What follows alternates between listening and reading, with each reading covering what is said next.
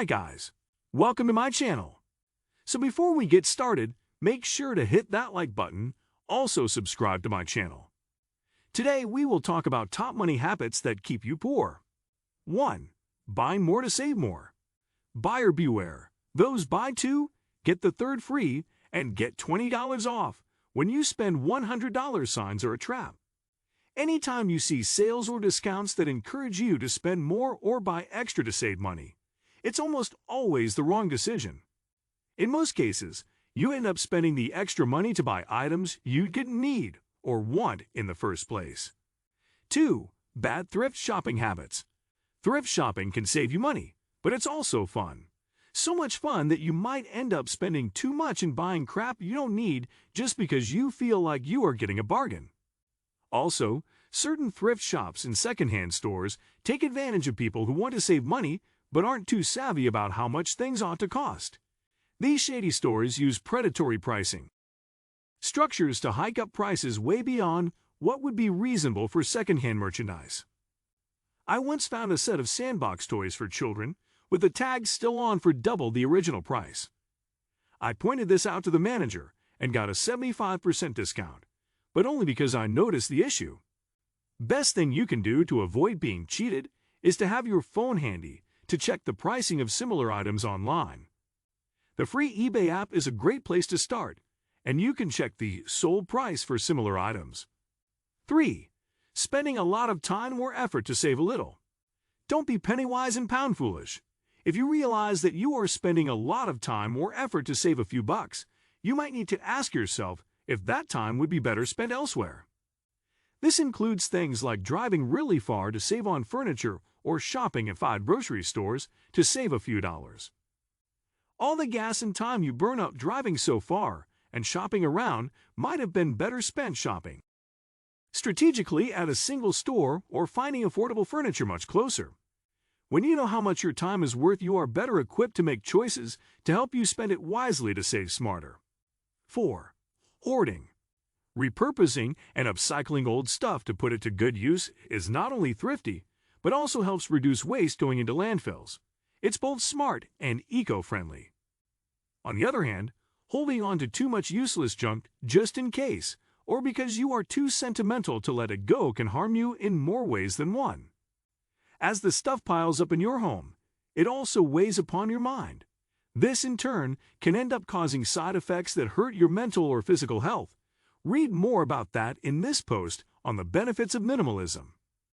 If you're paying money to store stuff you haven't seen in years, hanging on to clothes from when you weighed 20 pounds less, or keeping every scrap of paper that comes your way, it's time to let it go. 5. Freebie addiction. I used to accept all the stuff that my friends would declutter from their homes and closets just because it was free. Also, I would find random stuff lying around on the street and bring it home with me. I thought I was being thrifty and saving money bringing home these bags of discarded clothes, old toys, and worn-out furniture items I found on garbage day. But 99% of the time, it wasn't worth it, and I was bringing home a ton of junk that took up extra space in my house, as well as time, money, and energy, storing and maintaining it. But not only that, if you aren't careful, that free stuff might end up costing you thousands of dollars. I know multiple people who have picked up free furniture, only to find out there was a bedbug infestation. After that, they had to spend tons of money on expensive exterminator services and replacing furniture. 6. Being a pushover. It's okay to be a loyal person, as long as your loyalty is being appreciated or rewarded. However, if you're working yourself to the bone for a boss or company that doesn't appreciate or underpays you, it might be time to hunt for a new job. Likewise, if you have friends or family members who take steal from you, cheat you, or otherwise take advantage of you financially, you may need to set boundaries or reduce contact.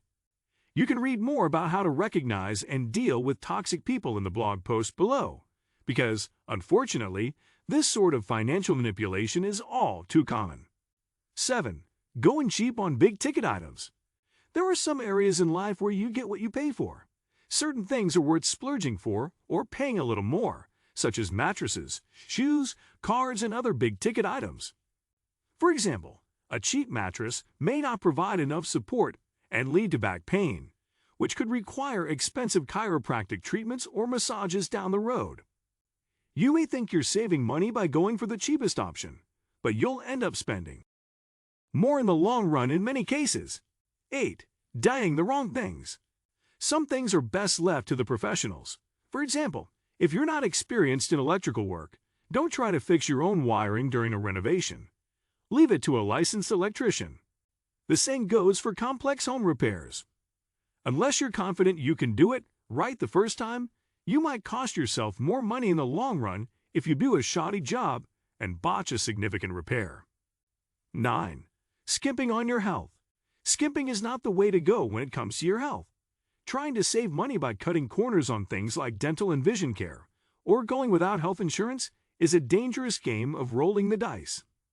Also, eating cheap foods high in preservatives and salt can result in long-term health effects like diabetes or hypertension. There are plenty of cheat meals that are also healthy for you, and you just need to know where to look for them. Pinterest is a good place to start. 10. Keeping up with the Joneses. Make sure you are budgeting and spending your money in ways that satisfy you and stop worrying about what other people might think or do themselves. Just because your friends or neighbors have the latest gadgets, go on fancy vacations, or wear designer clothes doesn't mean that you need to as well. What works for them financially might not work for you, and vice versa. Also, keep in mind that you might not be able to tell if they are struggling financially behind the scenes. On the outside, they might dress well, live in a big house, and drive a nice car, but behind the scenes, their bank accounts are overdrawn, and they are drowning in debt. 11. Ignoring your debt.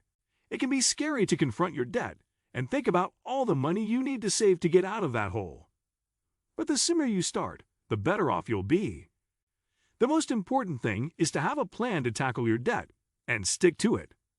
Make sure the whole family is on board too, because if one person is saving while the other is spending, that's a recipe for disaster. 12. Late fees. Late fees can add up, and they're avoidable if you're just more mindful about when your bills are due. It's even more upsetting when you realize that the pennies you save on their laughably low interest rates can be wiped out with one $35 late fee if you don't pay on time. Either set up a reminder on your phone or calendar so you know when they're coming up, or enable automatic payments so that the money is withdrawn from your account on time. 13. Saving what's left after spending. Most people are saving money backward. Instead of saving what's left after spending, they should be spending what's left after saving. Make saving the number one priority, and then set your budget based on what's left afterward. 14. Lifestyle creep. Lifestyle creep occurs when your lifestyle gradually becomes more expensive as you earn more money. It's easy to fall into the trap of thinking, I'd worked hard to earn this raise/bonus/promotion, so I can afford to spend more. But rather than letting your lifestyle creep up along with your income, a better money habit would be to keep your spending in check and use that extra money to pay off debt or build your savings for bigger financial goals, like a down payment for a home. 15. No budget. If so, don't be intimidated. A budget is simply a tool that can help you better understand your buying habits and make more informed choices about where to spend your money. A budget allows you to track household expenses, stay on top of bills and payments, make a solid plan to pay off debt, etc. over time. Keeping a budget can also help you pinpoint areas of weakness in your financial habits and brainstorm ideas to strengthen them. 16. No emergency fund. Emergencies happen, whether it's a car repair, an unexpected medical bill, or a job loss. If you don't have savings to cover these expenses, they can undo all of your progress and send you into debt. Most experts recommend having 3 to 6 months of savings in an emergency fund that you can access quickly and easily. We like to keep ours in a high-yield savings account like CIT Bank, so that even while the money is sitting there, it's still collecting more interest than the average savings bank. 17. Too much budgeting. When you are too restrictive with your spending, it can lead to feelings of deprivation and make it harder to stick to your budget long-term. It's like a bad diet that you're bound to break. Instead of being overly restrictive, Try giving yourself some wiggle room in your budget for fun money that you can use however you want. This will help you stay on track without making you feel miserable. You don't have to spend a lot of money to treat yourself. What do you think of our video? Let me know in the comment section below. Thanks for watching my video.